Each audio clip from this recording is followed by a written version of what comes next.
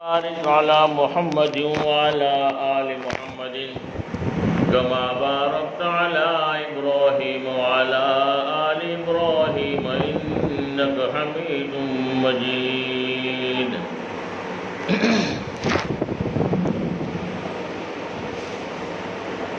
خدا کی یاد دل میں حب ہجرت لے کے آیا ہوں. خدا کی یاد دل میں حب ہجرت لے کے آیا ہوں. جو دولت لٹ نہیں سکتی وہ دولت لے کے آیا ہوں. جو دولت لٹ نہیں سکتی وہ دولت لے کے آیا ہوں. خدا پوچھے گا محشر میں تو کیا لایا ہے دنیا سے. خدا پوچھے گا محشر میں تو کیا لایا ہے دنیا سے. تو کہہ دوں گا محمد کی محبت لے کے آیا ہوں. تو کہہ دوں گا محمد کی محبت لے کے آیا ہوں. شہید کربلا کی اولیاء کی اور بزرگوں کی. شہید کربلا کی اولیاء کی اور بزرگوں کی. میرے دل میں عقیدت ہے محبت لے کے آیا ہوں. میرے دل میں محبت ہے عقیدت لے کے آیا ہوں. محترم میری مائیں اور بہنیں ایک مرتبہ درود پاک پڑھ لیں. اللہم صلی علی محمد وعلی آلہ صلی علی سیدنا محمد وبارک وسلم. محترم میری مائیں اور بہنیں، آج ہم یہاں پر جمع ہوئے ہیں، مرحوم کے ایصال ثواب کے لیے جمع ہوئے ہیں.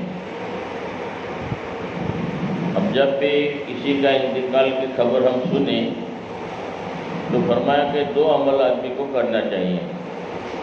ایک تو خبر پہنچتے ہی زبان پر آوے انا للہ و انا الیہ راجعون، اور دوسرا عمل مرحوم کے لیے ایصال ثواب کرنا. اس وقت جو بھی عمل کر سکیں، 3 مرتبہ قل ہو اللہ پڑھ کے اگر کوئی آدمی ایصال ثواب کرتا ہے تو پورا قرآن کے برابر اللہ رب العالمین اس کو اجر دیتے ہیں. درود پاک پڑھ کر مرحوم کو ایصال ثواب کر سکتا ہے. آیت الکرسی پڑھ کر مرحوم کو ایصال ثواب کر سکتا ہے. 4 پھول پڑھ کر مرحوم کو ایصال ثواب کرے. یاسین شریف پڑھ کر مرحوم کو ایصال ثواب کرے. تسبیح پڑھ کر لا الہ الا اللہ کی تسبیح پڑھے اور مرحوم کو ایصال ثواب کرے. ایصال ثواب کرنے کا جو طریقہ ہے کہ ہر آدمی نیت کرے، عمل کرنے سے پہلے نیت کرے کہ مرحوم کے ایصال ثواب کے لیے میں یہ درود پاک پڑھتی ہوں یا تسبیح پڑھتی ہوں یا تلاوت کرتی ہوں. تو وہ ایصال ثواب کی نیت سے اگر عمل کیا ہے تو آٹومیٹک جو ہے وہ ثواب پہنچ جاتا ہے. اور دوسرا طریقہ یہ ہے کہ ایک آدمی نے سورہ یاسین پڑھی، اس کے بعد میں نیت کیا کہ میں نے جو سورہ یاسین پڑھی ہے یا اللہ میں اس کا ثواب جو ہے مرحومین کو پہنچانا چاہتا ہوں، اللہ تو اس کا ثواب مرحوم کو پہنچا دے. تو اس نے دل میں نیت کیا، ارادہ کیا، وہ ثواب پہنچ گیا. عمل جو کرتا ہے اللہ رب العالمین اسی کو ثواب دیتے ہیں، اور اس کی نیت کی وجہ سے مرحوم کو بھی اللہ ثواب دیتے ہیں۔ اللہ کے نبی نے یہ فرمایا کہ آدمی کی نیت بہت وسیع رکھے، نیت یہ کرے کہ آدم علیہ السلام سے لے کر آج تک جتنے بھی مرحومین ہم سے پہلے قبروں میں چلے گئے ہیں، یا اللہ تو سب کو ثواب پہنچا دے، تو اللہ کے خزانے میں کوئی کمی نہیں ہے۔ اللہ تمام مرحومین کو پورا کا پورا اللہ رب العالمین ثواب پہنچا دیں گے، اور پڑھنے والے کو بھی پورا کا پورا اجر ملے گا۔ پڑھنے والے کے بھی ثواب پہنچانے کی وجہ سے اس کے نفع میں کوئی کمی نہیں ہوگی، اللہ تو اس کو بھی پورا پورا اجر دے گی۔ تو نیت کرنے میں ہمارا تو کوئی نقصان ہے نہیں، ہمیں تو پورا کا پورا ثواب مل ہی جاتا ہے، اور مرحومین کو بھی فائدہ ہو جاتا ہے۔ ہم مرحومین کو ایصال ثواب کی نیت کیا تو ان کو بھی فائدہ ہو گیا، ان کو بھی ثواب پہنچ جاتا ہے، اور تمام امت کی نیت کیا تو اللہ تمام امت کو بھی دے دیتے ہیں، اب کیونکہ اللہ کے خزانے میں کوئی کمی نہیں ہے۔ اس لیے ہم نیت کو بہت وسیع کریں، اور ہم عادت بنائیں کہ جو بھی عمل کریں ہم نیت ضرور کریں مرحومین کو ایصال ثواب کی، اور خصوصاً ہمارے ماں باپ ہیں، خصوصاً ہمارے رشتہ دار ہیں، ان کی نیت کریں، عموماً پورے امت کی بھی نیت کریں تو ثواب پورے امت کو اللہ پہنچا دیتے ہیں۔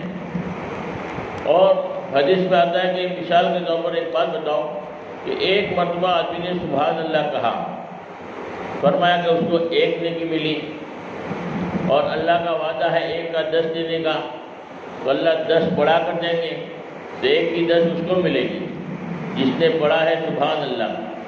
اب اس نے نیت کیا آدم علیہ السلام سے لے کر پوری امت کی، اور جتنے بھی مرحومین ہیں لاکھوں کروڑوں کے اعتبار سے، پوری امت کے اعتبار سے جتنے بھی لوگ قبروں میں ہیں، تو گویا ان سب کے اوپر اس نے احسان کیا، کیونکہ ایک سبحان اللہ کہنے کا ثواب پورے امت کو بخشا ہے، تو ایک فرد کو اگر ایک اوپر احسان کیا ہو تو 1 نیکی اس کو ملے گی۔ تو کروڑوں مرحومین کو ایصال ثواب کیا تو کروڑوں مرحومین کے اوپر اس نے احسان کیا، اب کروڑوں نیکیاں اس کے نام عمل میں مل گئی، اس کے ثواب میں تو اور زیادہ بڑھا ہوا ہو گیا، کمی تو نہیں ہوئی بلکہ اور زیادہ فائدہ ہو گیا۔ تو نیت کرنے سے کتنا بڑا فائدہ ہوتا ہے، اس لیے آدمی 2 رکعت نماز پڑھے تو بھی نیت کرے، قرآن پاک پڑھے تو بھی نیت کرے مرحومین کی ایصال ثواب کی، کہ اس میں کمی نہیں ہوتی بلکہ اور اللہ رب العالمین بڑھا کے دیتے ہیں۔ اور ہمیں تو پورا ہمارا عمل کیا ہے تو ہمیں تو ثواب مل ہی رہا ہے، اور نیت کرنے کی وجہ سے پورے امت کو ثواب ملتا ہے۔ ہم جس مقصد کے لیے یہاں جمع ہوئے ہیں تو تھوڑی دیر کے لیے 1 منٹ 2 منٹ کے لیے سورہ فاتحہ پڑھے، درود پاک پڑھے، 3 مرتبہ قل اللہ پڑھے، اور جس کو جو بھی آتا ہے پڑھے، اور نیت بھی کرے کہ اللہ اس کا ثواب خصوصاً ہمارے مرحومین کو پہنچا دیں، اور عموماً پوری امت کو آدم علیہ السلام سے لے کر آج تک جتنے بھی مرحومین ہیں ان کو اللہ ثواب پہنچا دیں۔ تو بات شروع کرنے سے پہلے 2 منٹ کے لیے موقع دیا جاتا ہے تاکہ ان کا حق ادا ہو، جس مقصد کے لیے ہم جمع ہوئے ہیں ان کو جو ہے ایصال ثواب کر لے گئے۔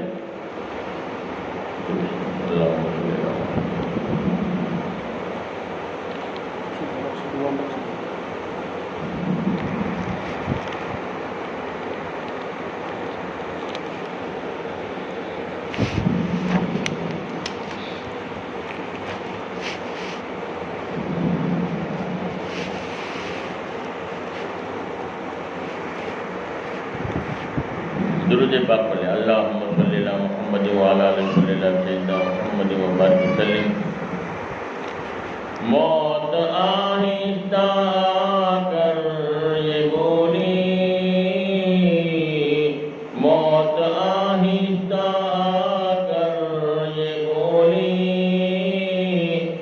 اب چلو ساتھ اے میرے بھائی، حکم رب سے تمہیں لینے آئی، حکم رب سے تمہیں لینے آئی، اب چلو ساتھ اے میرے بھائی، کیوں مجھے دیکھ کر ڈر گیا تو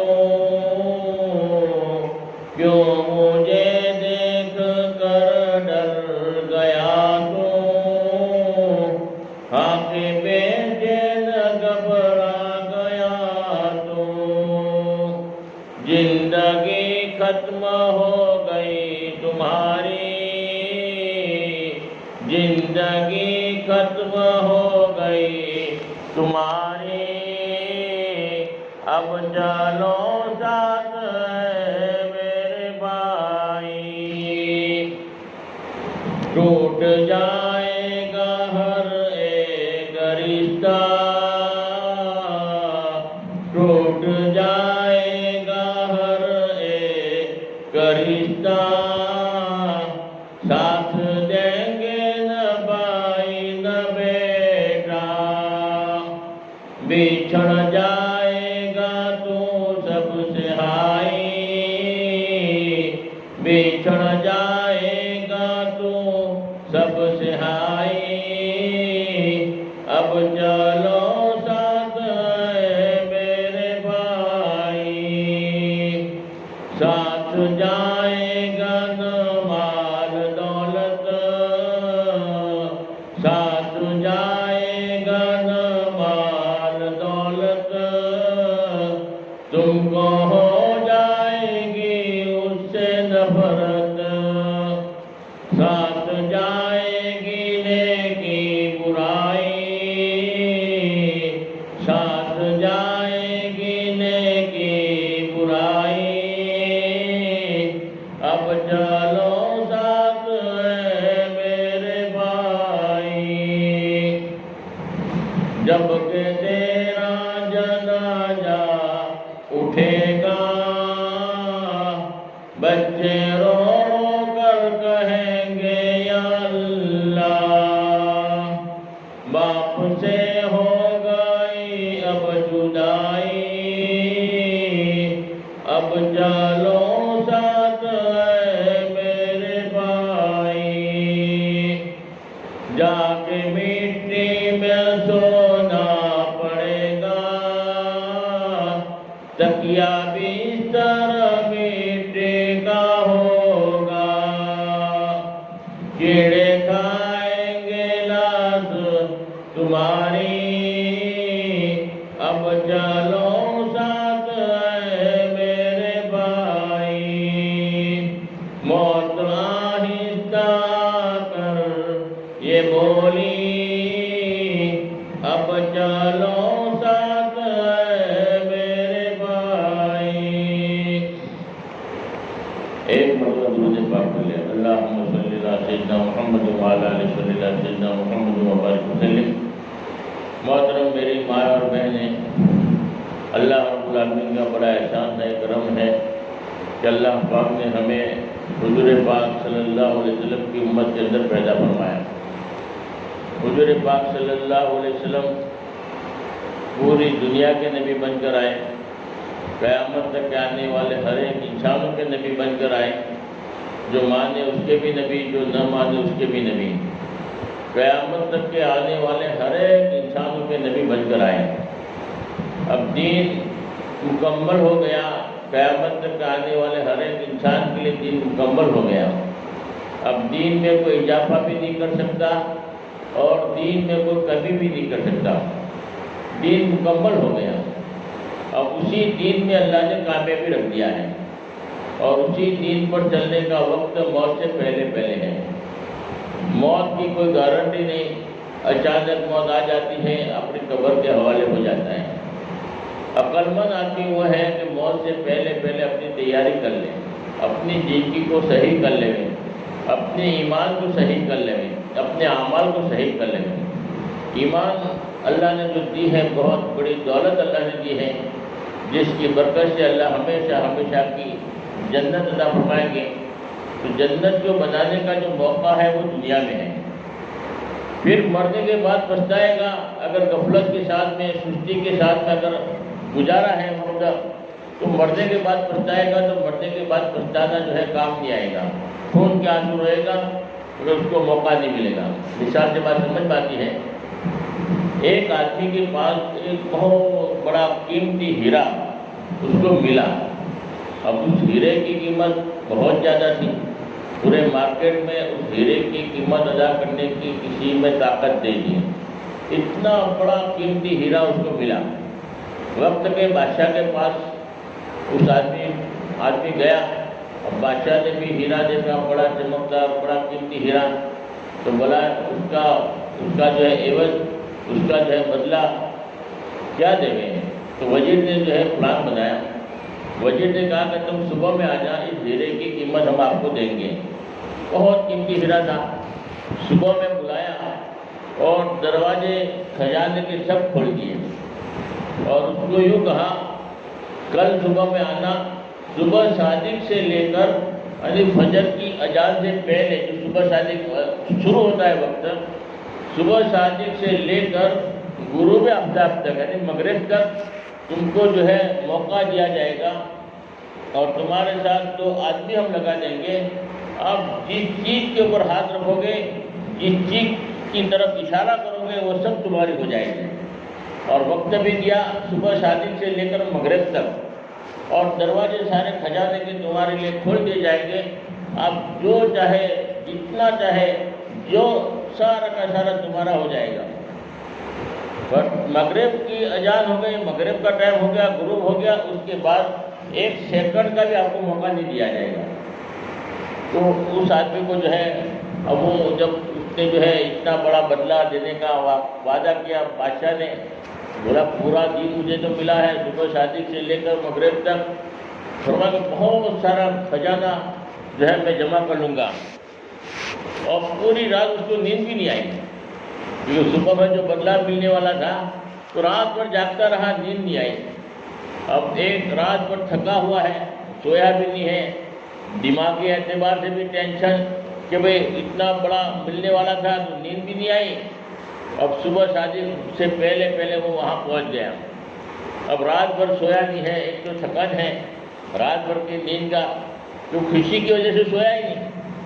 اب صبح صادق ہوئی تو اس کو جو ہے سارے بادشاہ نے جو ہے دروازے کھول دیے اور کہا کہ جو چاہے جتنا چاہے یہ 2 آدمی تمہارے ساتھ میں ہیں، ان کو اشارہ کرو کہ یہ لے لو، تو وہ تمہارے لیے جمع کر کے رکھیں گے۔ اب اس آدمی کو جو ہے صبح صادق کے وقت جو ہے خزانے میں داخل کیا تو سب سے پہلے لباس، کپڑے کا جو ہے پورا کا پورا خزانہ کھولا۔ اب کپڑے میں بھی اس نے جو ہے دیکھا یہ اچھا ہے، یہ اچھا ہے، اور یہ پہن بہت بہترین جوڑا اس نے جو ہے یعنی پسند کرنے میں جو ہے بہت ٹائم لگا دیا، یہ لے لوں یہ لے لوں، بڑے مشکل سے 1 گھنٹے کے بعد 2 گھنٹے کے بعد جو ہے اس نے بہترین جوڑا پسند کیا اور وہ جو ہے پہنا۔ اس کے بعد پھر دوسرا جو ہے خزانے میں وہاں کھانے کے خزانے، بڑے بڑے پکوان، بڑے بڑے بہترین لذیذ کھانے تھے۔ اب کیونکہ رات بھر کھایا نہیں ہے، بھوکا بھی تھا، اب اس کا ارادہ ہوا کہ چلو پہلے کھا لیں، ابھی تو بہت ٹائم باقی ہے، مغرب تک کا موقع ہے، بہت سارا ابھی تو جمع کر لیں گے۔ تو وہ کھانا کھایا، پیٹ بھر کر کھانا کھا لیا، بڑا لذیذ بڑا جو ہے کھانا ملا، تو کپڑے بھی اچھے پہن لیے، کھانا بھی ماشاءاللہ پیٹ بھر کر کھایا، بھوکا بھی تھا۔ اب ظاہر بات ہے کھانے کے بعد پیاس لگتی ہے، تو بڑا ٹھنڈا پانی، لذیذ پانی، تو اس نے پانی پیا۔ پانی پینے کے بعد آگے کمرے میں گدے وغیرہ بچھا ہوا تھا، بہترین اے سی روم، اور آرام کا جو ہے دل لگنے لگا، کیونکہ کھانے کے بعد آدمی پانی پیتا ہے، پینے کے بعد کیا ہے کہ آرام کا تقاضا رہتا ہے عام طور پر، بڑے ٹائم بہت ہے، تھوڑا آدھا گھنٹہ آرام کر لے۔ اب بھوک بھی لگی تھی، کھا لیا، پانی پیا، اور نیند کا بھی غلبہ تھا کہ پوری رات سویا بھی نہیں تھا۔ اب اس کے جو ہے بہترین گدے تھے اور ٹھنڈک تھی اور اتنی خوشبو آ رہی تھی، اور وہ جو ہے لیٹ گیا۔ اب وہ جو آنکھ لگ گئی تو ایسی لگی کہ غروب تک کھلی۔ اب غروب ہوا، مغرب وقت آنکھ کھلی، اٹھایا سب نے کہ تمہارا ٹائم پورا ہو گیا، تمہارا ٹائم پورا ہو گیا، جلدی اٹھو باہر نکلو۔ اب وہ آنکھ مسلتا ہوا باہر نکلا کہ میں نے تو کچھ لیا ہی نہیں ہے۔ اب تم نے کچھ لیا نہیں لیا وہ تمہاری مرضی ہے، ہم نے تو تمہیں موقع دیا تھا فجر کی نماز سے لے کر مغرب تک کا، وہ تم جو ہے کھانے میں، پہننے میں، پینے میں، آرام میں پورا وقت ضائع کر دیا، تو اس میں ہمارا کیا قصور ہے؟ تم کو تو موقع دیا تھا کہ لوٹو، جتنا بھی جمع کرنا ہے کرو، اور تم نے غفلت کیا۔ اب جو ہے اب مغرب کی نماز کے بعد مغرب کا ٹائم ہو گیا ہے، اب ایک سلی بھی یہاں سے اٹھا نہیں سکتے۔ اب وہ پچھتا رہا ہے، بہت پچھتا رہا ہے، اور وہ پچھتانا کوئی فائدہ نہیں۔ ایک میں نے مثال اس لیے دیا کیا دنیا کی زندگی کے اندر اللہ نے ہمیں ایمان دیا ہے، عمل کرنے کا اللہ نے موقع دیا ہے کہ تم جو بھی عمل کرو گے یہ دنیا ہے بونے کی جگہ ہے، آخرت بدلے کی جگہ ہے، جو بو گے وہ ملے گا۔ تو یہاں ہم کھانے میں، پینے میں، کپڑے میں، آرام میں ایسے مشغول ہو گئے کہ پھر آدمی جب موت کے وقت پچھتاتا ہے کہ اوہو میں نے تو تیاری کیا نہیں، میں تو میری ضرورت پوری کرنے میں لگ گیا اور میں تو جو ہے جنت بنانے کی فکر ہی نہیں کیا، میں نے تو کوئی اعمال ہی نہیں کیے۔ اب وہاں جا کر پچھتانا جو ہے آدمی جو ہے وہ فائدہ نہیں دیتا ہے۔ جیسے وہ آدمی بہت پچھتا رہا ہے کیونکہ میں نے پورا وقت ضائع کر دیا، کھانے میں، پینے میں ہی لگا دیا، کپڑے میں لگا دیا، آرام میں لگا دیا، اور جو اصل مقصد تھا، جو موقع تھا، جو مجھے کرنا تھا وہ تو کیا ہی نہیں۔ تو پھر کتنا آدمی بچا۔ اسی طریقے سے یہ میں نے دنیا کی مثال دی کہ دنیا میں ہم کھانے میں، پینے میں، سونے میں ہمارا وقت پورا کر لیتے ہیں اور آخرت کی ہم تیاری نہیں کرتے۔ اس لیے اللہ کے نبی نے فرمایا کہ مرنے کے بعد آدمی پچھتائے گا، انگلی چبائے گا، پورا ہاتھ چبا کے کھا جائے گا، یا اللہ اب تو تم مجھے دنیا میں واپس بھیج، اب تو کوئی نافرمانی نہیں کروں گا، اب تو پوری کی پوری عبادت نہیں کر کے آؤں گا، مگر کہا کہ اب ہرگز نہیں، اب ہرگز موقع نہیں دیا جائے گا، وہ گھڑی کی ختم ہو گئی۔ لیکن یہ چانس اللہ نے دیا ہے، گھڑی دیا ہے، یہاں جو کرنا ہے کر سکتے ہیں، بعد میں جو ہے مرنے کے بعد تو کوئی کسی کا نہیں ہوتا۔ فرمایا کہ وہاں تو ہمارے اعمال ہی کام آئیں گے۔ ایک جگہ پر 3 دوست تھے، گھومنے پھرنے کے لیے گئے کہ چلو بھائی، تو بہت بڑی ہوٹل میں جو ہے انہوں نے اپنا روم بک کیا، اور ہوٹل بہت بڑی تھی، 75ویں مالے پر ان کو نمبر ملا روم کا۔ اب وہ روم والوں نے کہا، مینجمنٹ والوں نے کہا، ہوٹل والے نے کہا دیکھو یہاں ایک رولس ہے کہ 11 بجے کے بعد میں لفٹ بند ہو جاتا ہے، اگر آپ کو کہیں بھی گھومنا ہے پھرنا ہے، مگر آپ کو 11 بجے سے پہلے ہوٹل میں انٹری کر لینا ہے۔ اگر ہوٹل میں 11 بجے سے پہلے آ گئے تو آپ کو لفٹ کے ذریعے اپنے روم پر جانے کو ملے گا، اور 11 بجے کے بعد 1 سیکنڈ بھی لیٹ ہو گئے، 1 منٹ بھی لیٹ ہو گئے تو آپ کو لفٹ نہیں ملے گا، آپ کو پیدل ہی جانا پڑے گا 75ویں مالے تک۔ لیکن ان کو پہلے سے ان کو جو ہے بنایا جاتا تھا جہاز کہ آپ کہیں بھی جاؤ تھوڑا سا پہلے آ جانا تاکہ آپ روم پر آسانی کے ساتھ پہنچ سکو۔ وہ 3 دوست تھے، پورا دن گھومنے پھرنے میں لگایا اور رات کو 11 بجے سے پہلے آ گئے۔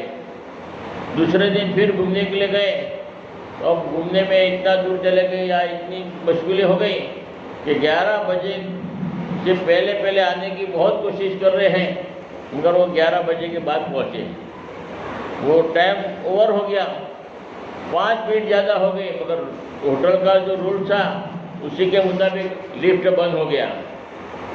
اب لفٹ بند ہو گیا، بہت عاجزی کر رہے ہیں، بہت سمجھا رہے ہیں، مگر انہوں نے پہلے ہی اپنا نیم بتا دیا تھا کہ بولے اب یہ کوئی ریکویسٹ نہیں چلے گی، کوئی بات نہیں چلے گی، آپ کو اب کوئی شکل نہیں ہے، آپ کو جانا ہے پیدل ہی جا سکتے ہیں، سیڑھی چڑھ کر ہی چڑھ سکتے ہیں 75ویں مالے تک۔ وہ 3 دوست سے آپس میں بیٹھے مشورہ کریں کہ کیا کریں گے۔ اب 75ویں مالے پر چڑھنا کوئی آسان تو ہے نہیں، 1-2 مالے ہوتے ہیں، 3 مالے ہوتے ہیں، 5 مالے میں آدمی تھک جاتا ہے، اور 10 مالے پر چڑھنا تو بڑا مشکل ہو جاتا ہے، اور 75 مالے چڑھنا یہ کوئی آسان تو نہیں ہے، بڑا مشکل۔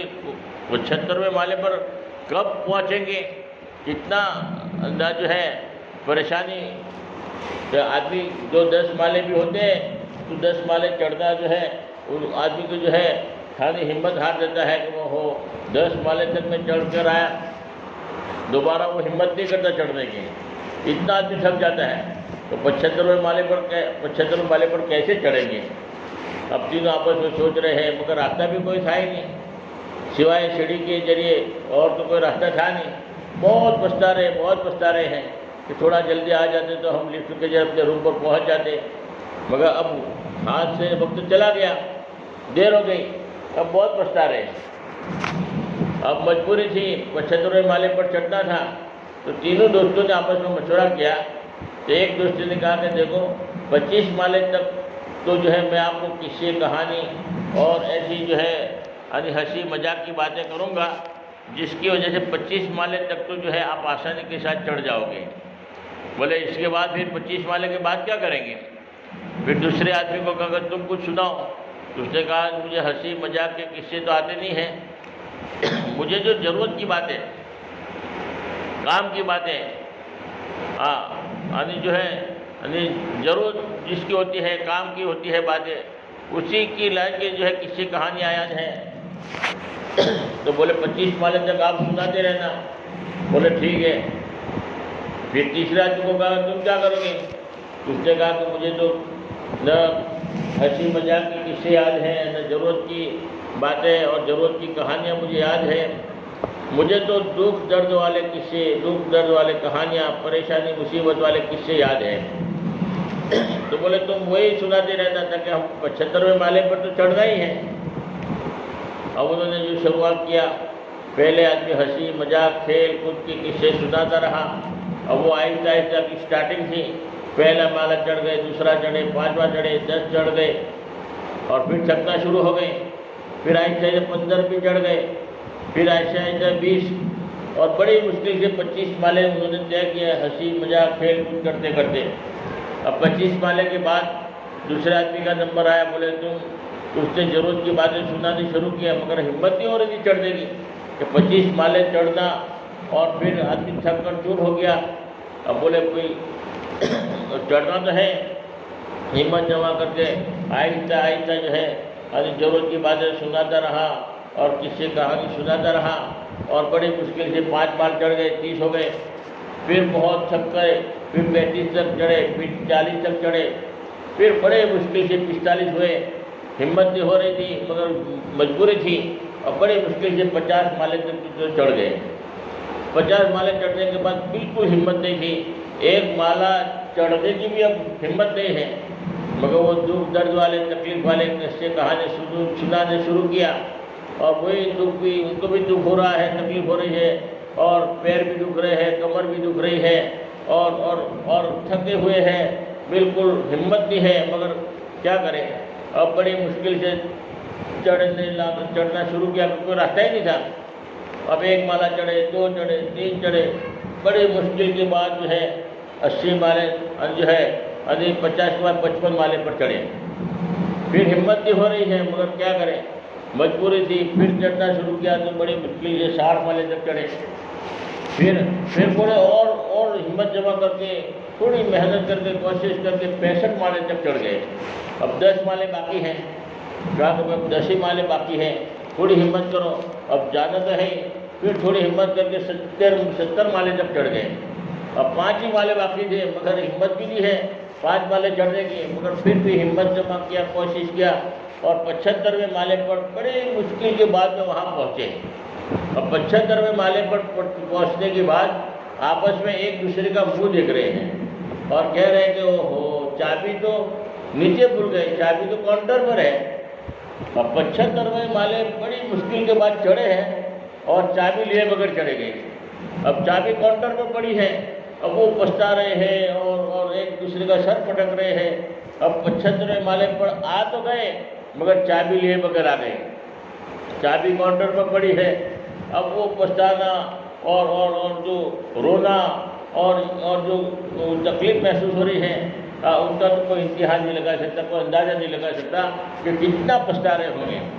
اسی طریقے سے جو کہ ہمارے زندگی کا ماحول ہے کہ آدمی کے 25 سال تو کھیل کود میں اور اسی میں گزر جاتے ہیں، اور 25 سال کھیل کود میں گزر گئے، اور پھر 25 سال کے بعد شادی ہو جاتی ہے، تو کمانے میں، ضرورتیں پوری کرنے میں، کپڑے میں، مکان بنانے میں 25 سے لے کر 50 سال تک تو اپنی ضرورت بچوں کو پڑھانے میں اور ساری کی ساری ذمہ داری آ جاتی ہے، تو ضرورتوں کے اندر جو ہے 25 سال گزر جاتے ہیں۔ اب 50 سال ہو جاتے ہیں، اس کے بعد عام طور پر جو ہے آنکھوں کا چشمہ آ گیا، پیروں میں درد ہے، ہڈی کمر درد ہو رہا ہے، آدھی دانت گر گئے ہیں، اور یہ بیماری ڈائبٹیز ہے، یہ ہے، دکھ درد شروع ہو جاتا ہے۔ 50 سال کے بعد میں کوئی نہ کوئی پرابلم، کوئی نہ کوئی بیوی بچوں کی طرف سے پریشانی، کوئی اولاد کی طرف سے پریشانی، کوئی کاروبار کی طرف سے ٹینشن ہے، دکھ درد کا 50 سال کے بعد میں جو وقت گزرتا ہے تکلیفوں کے اندر، کبھی کھانا ہجم نہیں ہو رہا ہے، کبھی ڈائبٹیز ہے، کبھی دانت میں درد ہے، درد میں تکلیف میں جو ہے 50 سال کے بعد جو ہے 75 جو ہے 20-25 سال تو ویسے ہی گزر جاتے ہیں۔ اب پھر اچانک ملک الموت آتے ہیں، فرشتہ آتا ہے اور روح قبضہ کر کے چلا جاتا ہے۔ 70 سال کے بعد، 75 سال کے بعد، 65 سال کے بعد آدمی جو ہے اللہ کے حوالے ہو جاتا ہے، اور وہاں جانے کے بعد کہتا ہے کہ وہ ایمان تو لیے بغیر آ گئے، ایمان کا تو سرٹیفکیٹ لائے نہیں، نماز بغیر آ گئے، کنجی تو لیے بغیر آ گئے، جنت کی چابی نماز ہے اور نماز ہم نے نہیں پڑھی۔ اب وہاں جانے کے بعد آدمی پچھتائے گا، اللہ سے کہے گا اللہ تو دنیا میں واپس بھیجے، اب تو میں سب نیک عمل کر کے آؤں گا، مگر وہاں جانے کے بعد پچھتانا کوئی فائدہ نہیں ہوگا۔ وہ 75ویں مالے پر چڑھنے کے بعد پچھتا رہے ہیں، وہ پچھتانا کوئی فائدہ نہیں ہے۔ اسی طریقے سے ہماری زندگی کا یہ حال ہے، ویسے ہی گزر رہی ہے، اور فرمایا کہ اچانک موت آئے گی، قبر کے حوالے ہو جائے گی۔ ہم نے جنت یعنی کلمہ صحیح نہیں کیا اور ایمان کے ساتھ زندگی نہیں گزاری، اعمال کے ساتھ زندگی نہیں گزاری، اور ویسے ہی چلے گئے، تو وہاں جانے کے بعد پچھتانے کے علاوہ کوئی فائدہ نہیں ہوگا۔ اس لیے اللہ کے نبی نے فرمایا عقل مند آدمی وہ ہے کہ جو موت سے پہلے تیاری کرے۔ جتنے بھی جو ہے جنازے جاتے ہیں، اور تو اس سے ہمیں عبرت حاصل کرنا چاہیے کہ ہمیں بھی ایک دن جو ہے مردہ ہے قبر کے حوالے ہو جانا ہے۔ ایک آدمی، آج تو ہماری ماں بہنیں فرمایا کہ کوئی چیز خرید کر لاتی ہے، تو جب تک 4 بہنیں اس کو یوں نہ کہیں کہ ماشاءاللہ بہت اچھا کپڑا لے کر آئی ہو، بہت اچھی چیز لے کر آئی، تب تک وہ مطمئن نہیں ہوتی۔ دوسرے لوگ وہ بہترین اگر کوئی لے کر آئے، کپڑا لے کر آئی ہے، بہترین لے کر آئے، اچھا جوڑا لے کر آئی ہے، مگر مطمئن نہیں ہوتی ہے، بلکہ 2-4 عورتوں کو دکھائے گی، اور دیکھو میں یہ سوٹ لے کر آئی ہوں، اور 2-4 عورتیں اگر یوں کہے گی کہ نا ہم بہت اچھا سوٹ ہے، تب وہ مطمئن ہوتی ہے۔ آدمی مکان بناتا ہے تو بھی کیا کرتا ہے، سب کو دکھاتا ہے کہ دیکھو میرا یہ بیڈ روم ہے، یہ وہ ہے وہ ہے، اور 4-5 آدمی 10 آدمی یوں نہ کہیں کہ نہیں بہت اچھا بنا ہے، تب تک وہ مطمئن نہیں ہوتا۔ اسے ایک بادشاہ نے بہت ایک مثال دیتا ہوں تک بات سمجھ پا رہے ہیں۔ بادشاہ نے بہترین محل بنایا، بڑا عجیب و غریب محل بنایا۔ اب محل تو بنایا بڑا شاندار، بڑا عجیب بنایا، تو کہا کہ بھئی بادشاہ بھی کہتا ہے مطمئن نہیں ہو رہا ہے کہ جب تک میری رعیت دیکھ نہ لیں اور میرے جو ہے دیکھ کر یوں نہ کہے کہ نا بہت اچھا بنایا ہے، تب تک کہ مطمئن نہیں ہوتا۔ اس لیے بادشاہ کا کیا کرے؟ وزیر صاحب سے، وزیر نے جو ایک آئیڈیا کیا کہ تم ایک کام کرو، تم نے بہترین مکان بنایا ہے اور تم یہ چاہتے ہو کہ سارے کے سارے لوگ تعریف کریں، واہ واہ کریں، ماشاءاللہ بہت اچھا محل بنایا ہے بادشاہ نے، تو ایک کام کرے پوری رعیت کی دعوت کر لے کھانے کی، اور دعوت کرنے کے بعد 2 آدمیوں کو گیٹ پہ بٹھا دے گئے، اور 2 آدمی گیٹ پر بیٹھیں گے، وہ پوچھیں گے ماشاءاللہ کھانا کھایا، بادشاہ کا محل دیکھا، ہاں دیکھا، کیسا لگا؟ ماشاءاللہ بہت اچھا لگا۔ سارے کے سارے لوگ کریں گے تعریف تاکہ تمہارا دل مطمئن ہو جائے گا۔ بادشاہ کو بات سمجھ میں آیا کہ بہت اچھا ہے، اس نے ایسا ہے کہ سب کی دعوت کیا اور لوگ مجمع کو بلایا۔ ایک بزرگ تھے، اللہ والے تھے، ان کو بھی دعوت دی۔ بزرگ نے سوچا کہ بھئی مجھے کھانا تو نہیں ہے، مگر وہ جو چاہتا ہے کہ میری تعریف ہو، لوگ میری بغلے کی واہ واہ کریں، تو وہ دنیا میں اتنا نیک آدمی ہے، دیندار آدمی ہے، اور دنیا میں کیسا پھنسا ہوا ہے، اس کو سبق سکھانے کے لیے، اس کو نصیحت کرنے کے لیے کھانے کا تقاضا نہیں تھا، بلکہ دعوت میں اس لیے جا رہا ہوں کہ موقع ملے تو میں 2 نصیحت اس کو کروں گا۔ تو نصیحت کرنے کی نیت سے جو ہے وہ وہاں پر کھانے کے لیے گئے، مقصد کھانا نہیں تھا، اور لوگ سارے کے کھانا کھا کر جا رہے ہیں دروازے پر، اور گیٹ پر 2 آدمی پوچھتے ہیں کہ ماشاءاللہ کیسا لگا کھانا؟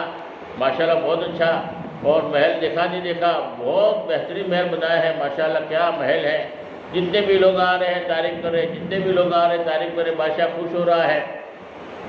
اور ایک بزرگ آئے، بزرگ نے کو پوچھا کہ بھائی کھانا کھایا ہو؟ الحمدللہ بہت اچھا کھانا کھایا۔ بولے محل دیکھا؟ ہاں محل دیکھا، کیسا لگا؟ کہ محل تو بہت اچھا ہے، مگر 2 خامی ہیں۔ محل میں کتنی خامی ہے؟ 2 خامی ہیں۔ تو وہ بولے یار 2 خامی کون سی؟ تو وہ جو ہے اس بزرگ کو بادشاہ تک پہنچا، بادشاہ لے گئے، اور بادشاہ کو کہا کہ جتنے بھی لوگ کھانا کھا کے جا رہے ہیں، سارے کے سارے لوگ تعریف کر رہے ہیں کہ ماشاءاللہ بہت اچھا محل بنایا ہے، بہت اچھا ہے، اور یہ بزرگ کہہ رہے ہیں کہ 2 خامی رہ گئی ہے۔ تو یہ 2 خامی کون سی رہ گئی ہے؟ بادشاہ کو بھی بڑا تعجب ہوا کہ کوئی خامی تو رکھی نہیں ہے، اور یہ خامی کون سی بتا رہے ہیں؟ ان کو بلایا، بٹھایا، بیٹھانے کے بعد بتایا بھائی آپ کو کون سی خامی نظر آ رہی ہے؟ تو انہوں نے یہ کہا کہ دیکھو بادشاہ سلامت، یہ تم نے محل بنایا ہے ایک دن کھنڈر ہو جائے گا، ایک دن ختم ہو جائے گا. دنیا میں سب چیز فنا ہونے والی ہے، کوئی چیز ہمیشہ ہمیشہ باقی نہیں رہے گی. 50 سال کے بعد 25 سال کے بعد ایک دن کھنڈر ہونے والا ہے، لوگ دیکھنا بھی پسند نہیں کریں گے. اور دوسری خامی کون سی ہے؟ ہمارا تو مغز وہاں پر گیا ہی نہیں، ہمارا تو دماغ وہاں گیا نہیں.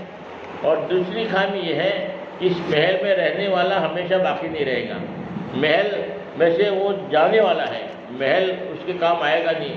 وہ ایک دن مر جائے گا، قبر میں پہنچ جائے گا، یہ محل میں نہیں رہے گا، محل اس کو چھوڑ دے گا. محل میں رہنے والا جو ہے وہ محل میں نہیں رہے گا، وہ ایک دن قبر میں ہمیشہ کے لیے محل میں نہیں رہے گا. تو بادشاہ نے کہا کہ بھئی نیک بادشاہ تھا، دیندار بادشاہ تھا. بولے یار تم نے تو میری آنکھیں کھول دیا، ہمارا تو دماغ وہاں گیا بھی نہیں.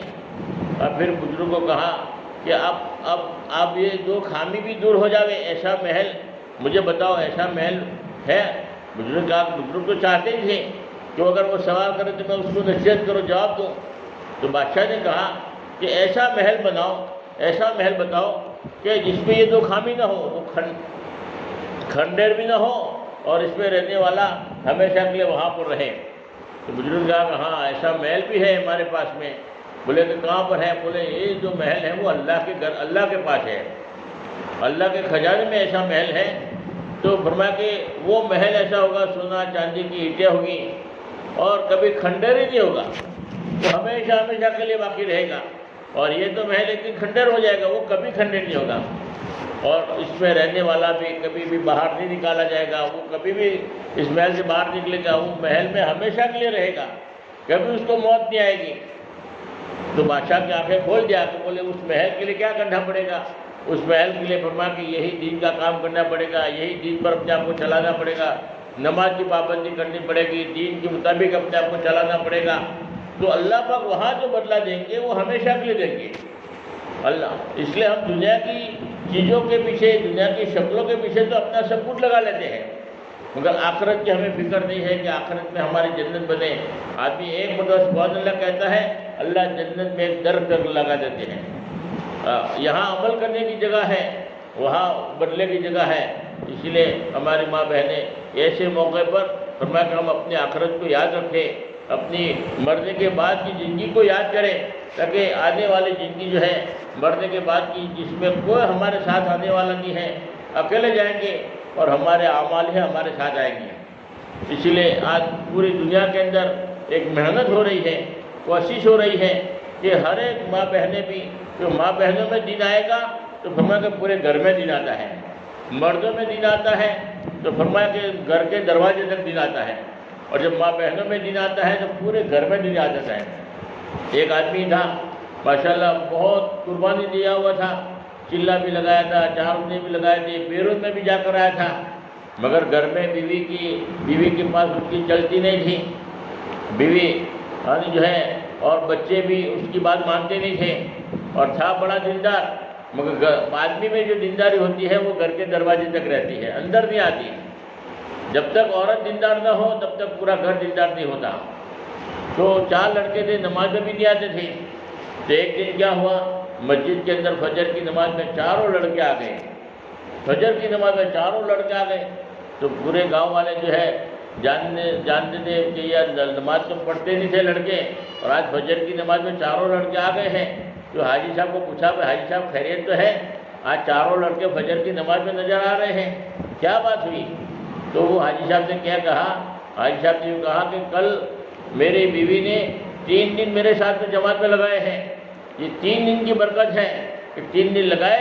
تو فرمایا کہ احساس پیدا ہوا، اور فرمایا کہ گھر کا پورا ماحول بدل رہا ہے. اور چاروں لڑکوں کو جو ہے ماں نے اٹھایا اور ان کو نماز کے لیے بھیج دیا. جب ماں بہنوں میں دین آتا ہے تو پورے گھر میں دین آتا ہے، پورے خاندان میں دین آتا ہے. اس لیے ہمارے ماں بہنیں جو ہے اس کی فکر کریں کہ ہمارے اندر دین ہوگا تو چھوٹے چھوٹے بچے بھی جو ہے نماز پڑھنے والے بنیں گے، چھوٹے چھوٹے بچے بھی دیندار بنیں گے. اور آج فرمایا کہ اللہ کے راستے میں نکلنے کے بعد میں فرمایا کہ احساس پیدا ہوتا ہے، ہدایت کا نور آتا ہے، جس کی وجہ سے جو ہے فرمایا کہ پوری زندگی صحیح ہو جاتی ہے. ایک آدمی 3 دن کے لیے اللہ کے راستے میں تشکیل ہوئے کہ تم 3 دن اللہ کے راستے میں نکلو. تو بہت سارے لوگ ایسے ہوتے ہیں جو دعوت کے کام کو مانتے نہیں ہیں، سمجھتے نہیں ہیں. وہ کیا کہتے ہیں کہ دیکھو تم جماعت میں جاؤ گے 200-300 روپیہ خرچہ کرو گے، اس سے بہتر یہ ہے کہ کسی غریب کو دے دو، کسی یتیم کو دے دو، کسی بیوہ عورت کو دے دو، تاکہ اس کے گھر میں چولہا جلے گا، اس کے گھر میں 2 ٹائم کا کھانا نصیب ہوگا اور اس کی بھوک دور ہو جائے گی.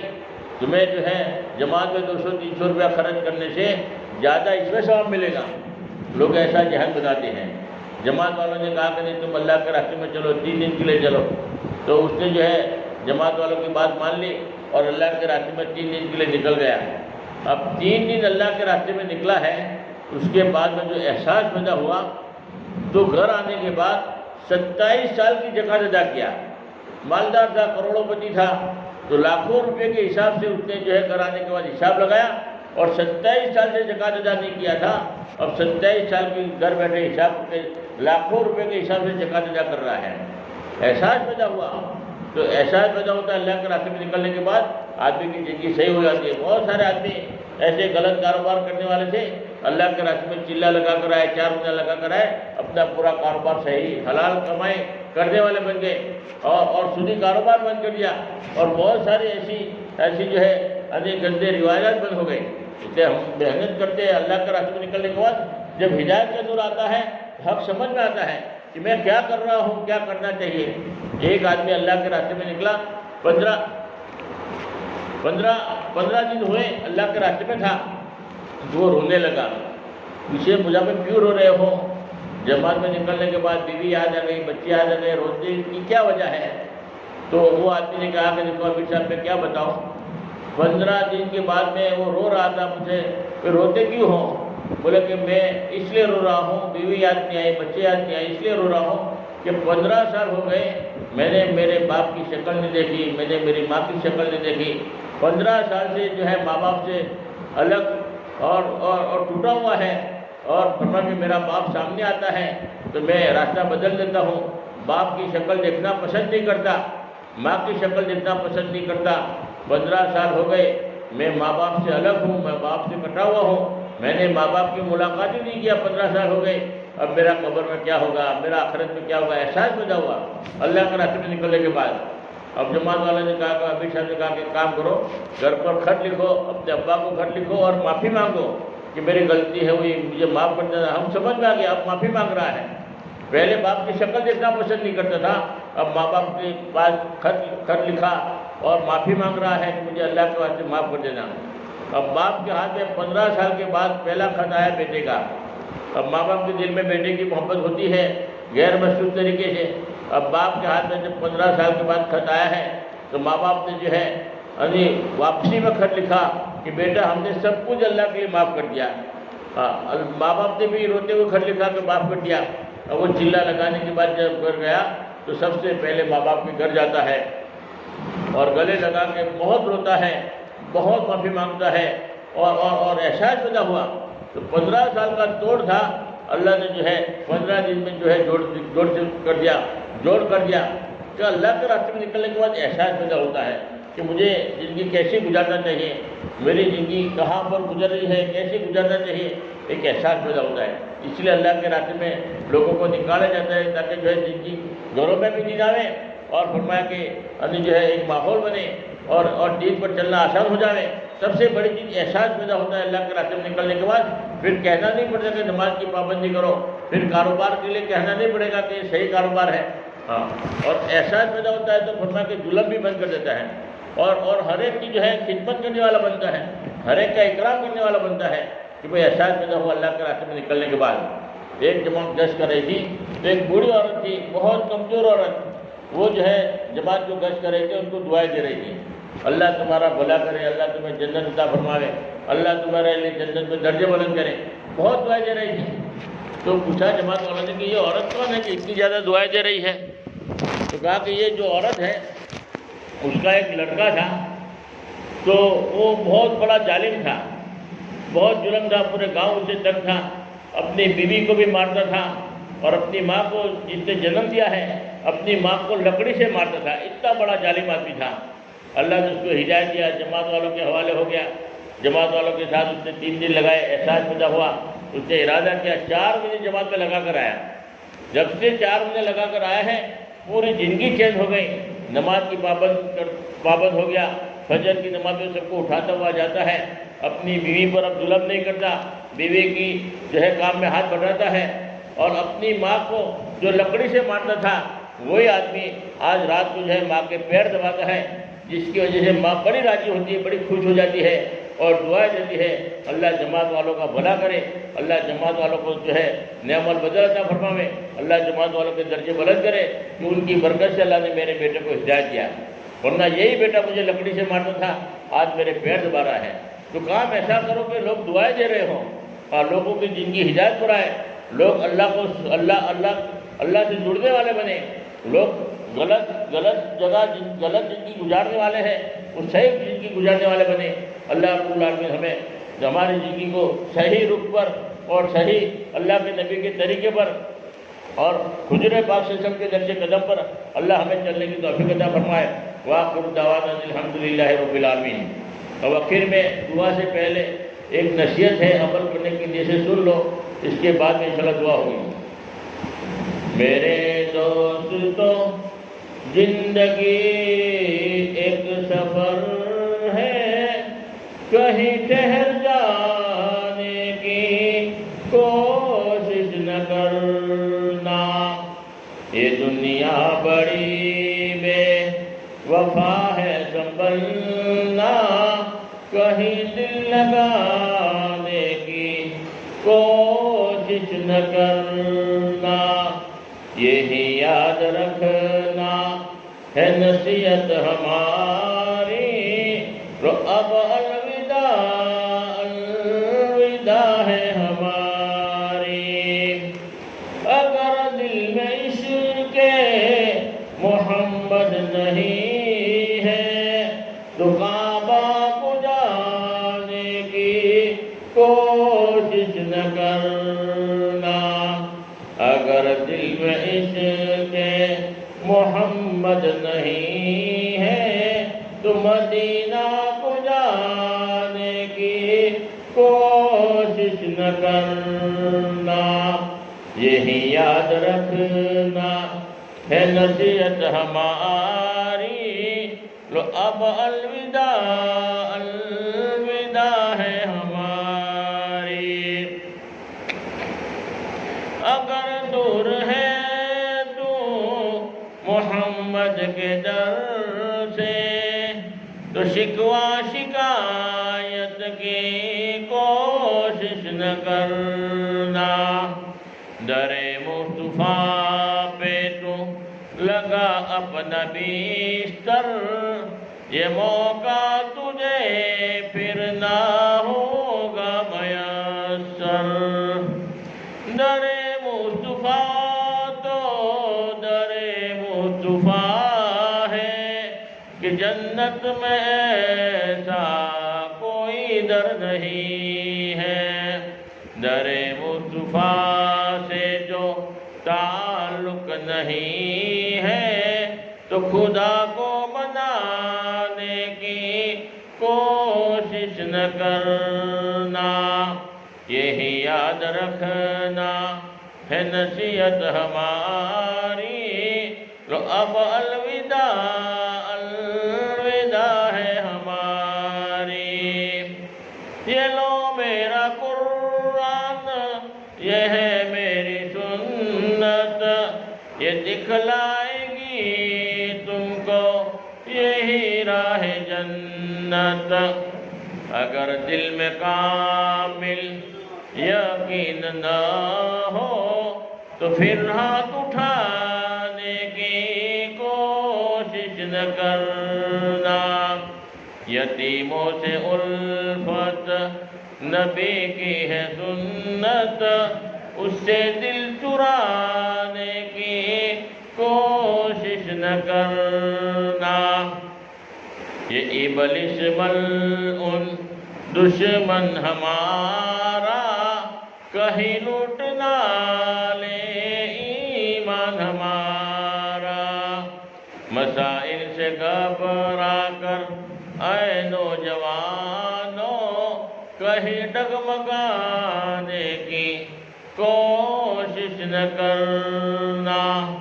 نبی کے نواسوں نے راہ خدا میں گردن کٹائی جھکائی نہیں تھی۔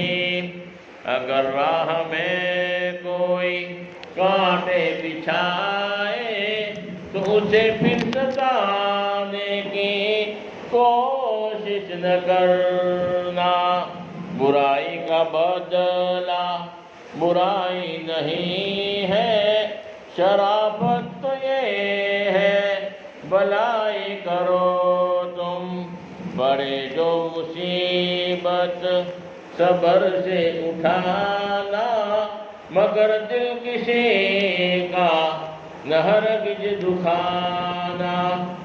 یہی یاد رکھنا ہے نصیحت ہماری، لو اب الوداع الوداع ہے ہماری۔ سنو دل سے یارو سلام آخری ہے، محفل ہماری کلام آخری ہے۔ اگر ہم سے کوئی خطا ہو گئی ہو، اگر ہم سے کوئی خفا ہو گئے ہو، رہے ساتھیوں تم ناراض ہو کر کہیں دل دکھانے کی کوشش نہ کرنا۔ دعا کر لو یارو جدا ہو رہے ہیں، رہی زندگی تو پھر آ کر ملیں گے۔ اگر مر گئے تو دعا کرتے رہنا، آنسو بہانے کی کوشش نہ کرنا۔ مگر ایک عرض ہے اپنی دعا میں، ہمیں بھول جانے کی کوشش نہ کرنا۔ یہی یاد رکھنا ہے نصیحت ہماری، لو اب الوداع الوداع ہے ہماری۔ درود شریف پڑھیں۔ اللہم صلی علی سیدنا محمد وعلی آلہ صلی اللہ سیدنا محمد وبارک وسلم۔ یا اللہ جتنی بھی ماں بہنیں یہاں دین کی خدمت پر آئی ہے، اشارِ ثواب کے لیے سے یہاں آ کر جڑی ہے بیٹھی ہے، یا اللہ تمام ماں بہنوں کو حج بیت اللہ نصیب فرما، بار بار حج بیت اللہ نصیب فرما۔ تمام ماں بہنوں کو بہترین نعم البدل عطا فرما، یا اللہ تمام ماں بہنوں کو بہترین نعم البدل عطا فرما۔ یا اللہ جنہوں نے جو بھی ماں بہنوں نے مرحوم کی اشارِ ثواب کے لیے جو کچھ بھی پڑھا ہے یا جو کچھ بھی عمل کیا ہے، یا اللہ ان کا پورا کا پورا ثواب خصوصاً مرحوم کو عطا فرما اور پوری امت کو عطا فرما۔ جو بھی آدم علیہ السلام سے لے کر آج تک جتنے بھی مرحومین ہیں، اللہ ان کا ثواب سب کو پہنچا دے، اور خصوصاً یا اللہ مرحوم کی اشارِ ثواب کے لیے قرآن شریف 2 مرتبہ پورا کیا ہے، اور تبارک اللہ جی کی بیٹی بھی 6 پوری کی ہے، اور لا الہ الا اللہ کا ذکیرہ بھی 1 لاکھ مرتبہ پڑھا ہے، استغفر اللہ بھی 1 لاکھ مرتبہ پڑھا ہے، بسم اللہ بھی 80,000 مرتبہ پڑھا ہے، اور درود شریف بھی 50,000 مرتبہ پڑھا ہے۔ تمام ماں بہنوں نے مل کر یا اللہ اس کا بھی ثواب خصوصاً مرحومین کو یا اللہ تو پہنچا دیں، اور عموماً آدم علیہ السلام سے لے کر آج تک جتنے بھی مرحومین یا اللہ قبروں میں ہیں سب کو یا اللہ تو ثواب پہنچا دیں، اور جو بھی یا اللہ خصوصاً مرحوم کی یا اللہ قبروں کو نور سے منور فرما، ان کی بال مغفرت فرما، ان کی یا اللہ ان کے گھر والوں کو صبر جمیل عطا فرما، یا اللہ بہترین نعم البدل عطا فرما۔ یا اللہ ہمیں بھی ایک دن قبر میں جانا ہے، ہمیں بھی موت سے پہلے تیاری کرنے کی توفیق عطا فرما، ہمیں بھی صحیح زندگی گزارنے کی توفیق عطا فرما، ہمارا صحیح یقین بنا، تیری ذات عالی سے ہونے کا یقین مضبوط پیدا فرما۔ روزی تیرے ہاتھ میں ہے، حفاظت تیرے ہاتھ میں ہے، موت حیات تیرے ہاتھ میں ہے، کامل یقین نصیب فرما، اور نمازوں سے سارے کے سارے مسائل حل ہونے کا یقین نصیب فرما، نمازوں کا شوق پیدا فرما، نمازوں کی پابندی کرنے کی توفیق عطا فرما۔ یا اللہ ہدایت کو عام فرما، جہالت کو ختم فرما، یا اللہ جہالت دور فرما، صحیح عمل کرنے کی توفیق عطا فرما، غفلت ختم فرما، تیرا دھیان نصیب فرما۔ یا اللہ آپس میں محبتیں پیدا فرما، ہمدردی پیدا فرما، صحیح اخلاق ہمارے پیدا فرما، آپس کا توڑ ختم فرما۔ آج بھائی بہن میں توڑ ہے، باپ بیٹے میں توڑ ہے، بہن بہن میں توڑ ہے، یا اللہ شوہر میاں بیوی میں توڑ ہے، اللہ اولاد میں توڑ ہے، یا اللہ توڑ کو ختم فرما، آپس میں محبتیں پیدا فرما، ایک دوسرے کا اکرام کرنے کی صفت پیدا فرما، یا اللہ جانوروں پر بھی رحم کرنے کا شوق پیدا فرما، ہر ایک کے دلوں میں اللہ ہمارے دلوں میں محبت ڈال دے، نفرت ختم فرما۔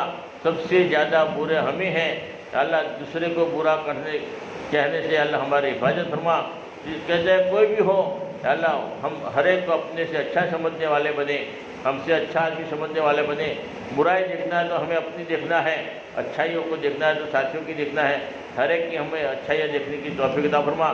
غیبت کو ختم فرما۔